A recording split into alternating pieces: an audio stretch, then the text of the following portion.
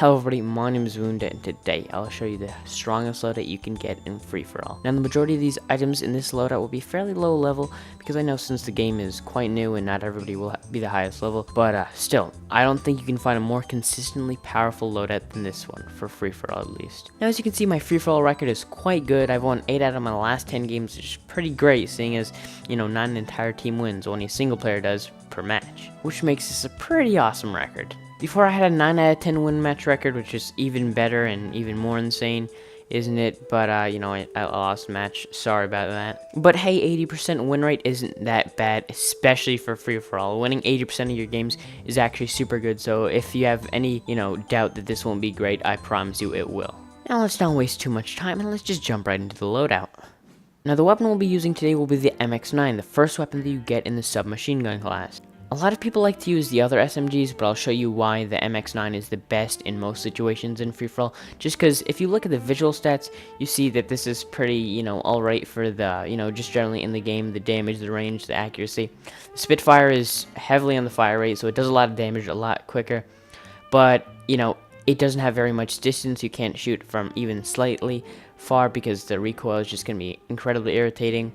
And with the GKS, it's good, it can go decently long range, but it just doesn't do enough damage. So what you find in the middle of these two is the MX9, which has a lot of fire rate, pretty good range, pretty good accuracy, and it's just a great overall SMG.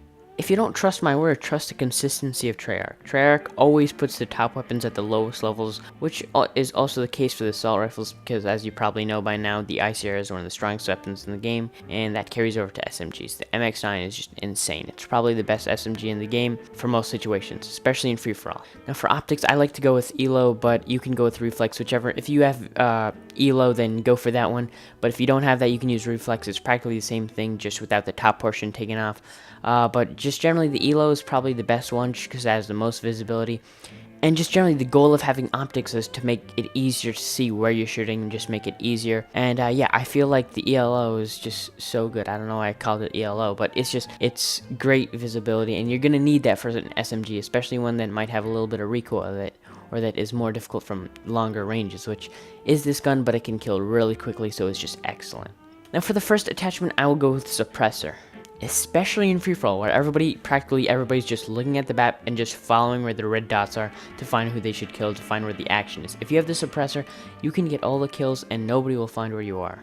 The lack of minimap signaturing is so useful, especially in this game, just because everybody looks at their maps, because it's more tactical, it's more slow-paced, so people are just using their maps a lot more. So if you remove that, you're practically invisible along with the rest of the perks that we use in the set, so it's just going to be incredible how you play, and how you're practically invisible. Nobody can find you, and you can get all the kills. Next up, we're going to use Full Metal Jacket. Now, this is also one that wasn't as great in previous Call of Duty games, but it's just excellent in this one, just because now, over all the rest of the Call of Duty games, there's actually armor. You can have armor, you know, body armor as one of the, as a piece of gear. But this practically negates it, you know. To be able to negate someone who has body armor to make it a fair 1v1 is just excellent. You're totally taking their gear away with just a single attachment. Plus, if you want to shoot someone through walls to finish them off, you know, it'll work almost perfectly fine. Now we're going to use Primary Gunfighter just because we're going to really need this last attachment. You know, the main thing, the main focus of this set is the gun, because the gun is where everything's going to start happening. If you really want to succeed in COD, just focus on a single gun. Don't make a primary and a secondary, just because you want all your firepower to be in one thing.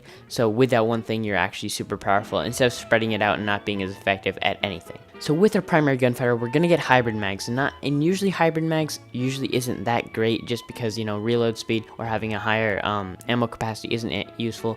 But 35 rounds goes quite quickly with the MX9, so if you want to get a lot of multi-kills, which I think you will just because it's such a great set, you're going to need the extra 10 rounds, just because you're going to need to be able to, you know, spray across and actually get them both. You're also going to be reloading a lot, especially, and, you know, the reload on this gun isn't the quickest, so it's pretty important. This isn't a necessity, but it's actually really important. For secondary, we're going to go with nothing. And for equipment, we're gonna go with nothing. Okay, listen. Rule of thumb with equipment, almost always use special issue equipment. It has no cost, never takes away anything, so you should practically always use it. Just generally, if something has no cost, it's just a massive advantage over the rest of the things. And also, are you really gonna tell me that a concussion grenade is better than a grappling hook? No. Molotov, yeah.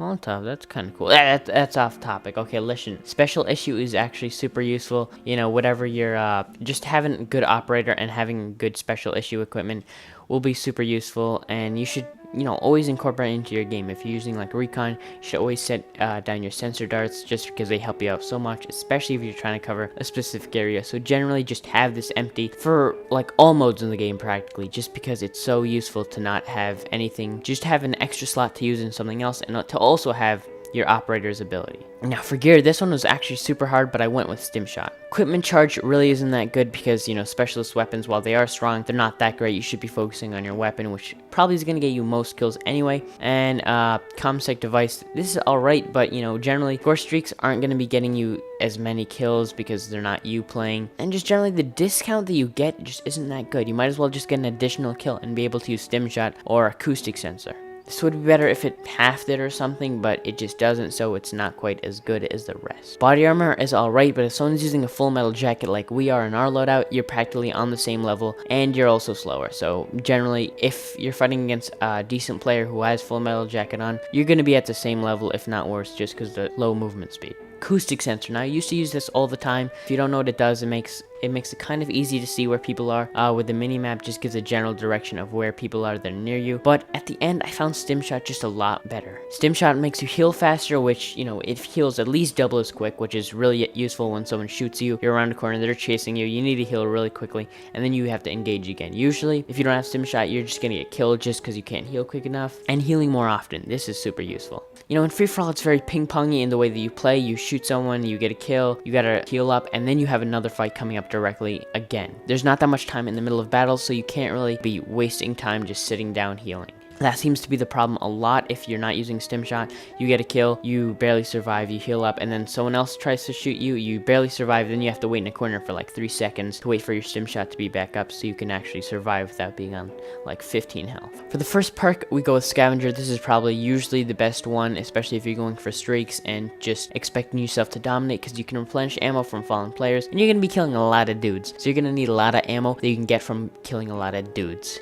The rest of these are usually quite good, but we're not really playing in most of like Control or Domination or Hardpoint, where there are more score streaks and enemy equipment, because in free-for-all it's mainly just ping-ponging gunfights, which is the best for Scavenger. I went with Gung Ho for this just because lightweight is alright, it's not that great, especially if you're using an SMG because you're already going to be fast. Skulker just usually isn't that good unless you're camping. If you're a camper, get off my channel. Just kidding, I need all the integration. I need everybody here. Thank you for being on board. Thank you for watching this video. Done with that PSA. Cold-blooded is usually pretty decent, but you know, now in free-for-all, once again, there's not going to be that much equipment or score streaks up, so you're rather just going to go with Gung Ho. Dexterity also is pretty bad, so don't even care about that. Gung Ho is going to allow you to use equipment while sprinting and recover from sprint faster, as well as moving at full speed while reloading. This is insanely useful with our set just because, you know, after you win a gunfight, you can reload, then you can heal up super quickly while sprinting away to a new area. It's so good, and it just all stacks perfectly. Last but not least, the final perk, and when I say not least, I really mean it, because this perk is so underused. I feel like it should be used almost 100% of the time just because of how strong it is. Ghost is alright, but they're just simply are better options. Team Link, you don't need an avid team, why would you need that? Tracker, this is alright, but it's just not as good as Dead Silence. When I say it's not as good as Dead Silence, I mean it, because Dead Silence is insanely good. Move quietly. Like, people don't understand how good that is. When you're running around, when your specialist is saying random things, he's talking to himself. What a loser. In other words, there's not going to be that much sound. Most of the time, you're just going to hear yourself running or other people running. A lot of people depend simply on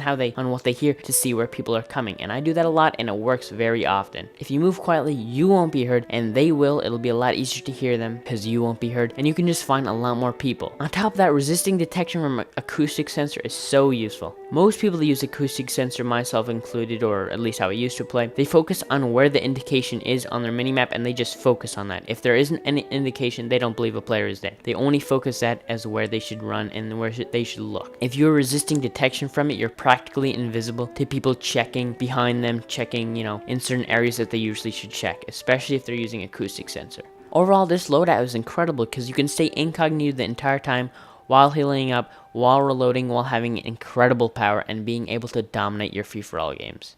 Anyway, thank you guys so much for watching. It means a lot that you checked out my video. If this video helped you, or you liked it, or you enjoyed it, don't forget to leave a like. If you're confused about something or have any recommendations, don't forget to leave a comment. It would mean a lot. And yeah, if you like me, don't forget to subscribe. I'll be here all day, all year, probably all 10 years. And yeah, thank you guys so much for watching. I'll see you next time, hopefully. Maybe not next time. Hopefully next time, because I hope you stick around. Bye. Love you. I'm not there yet.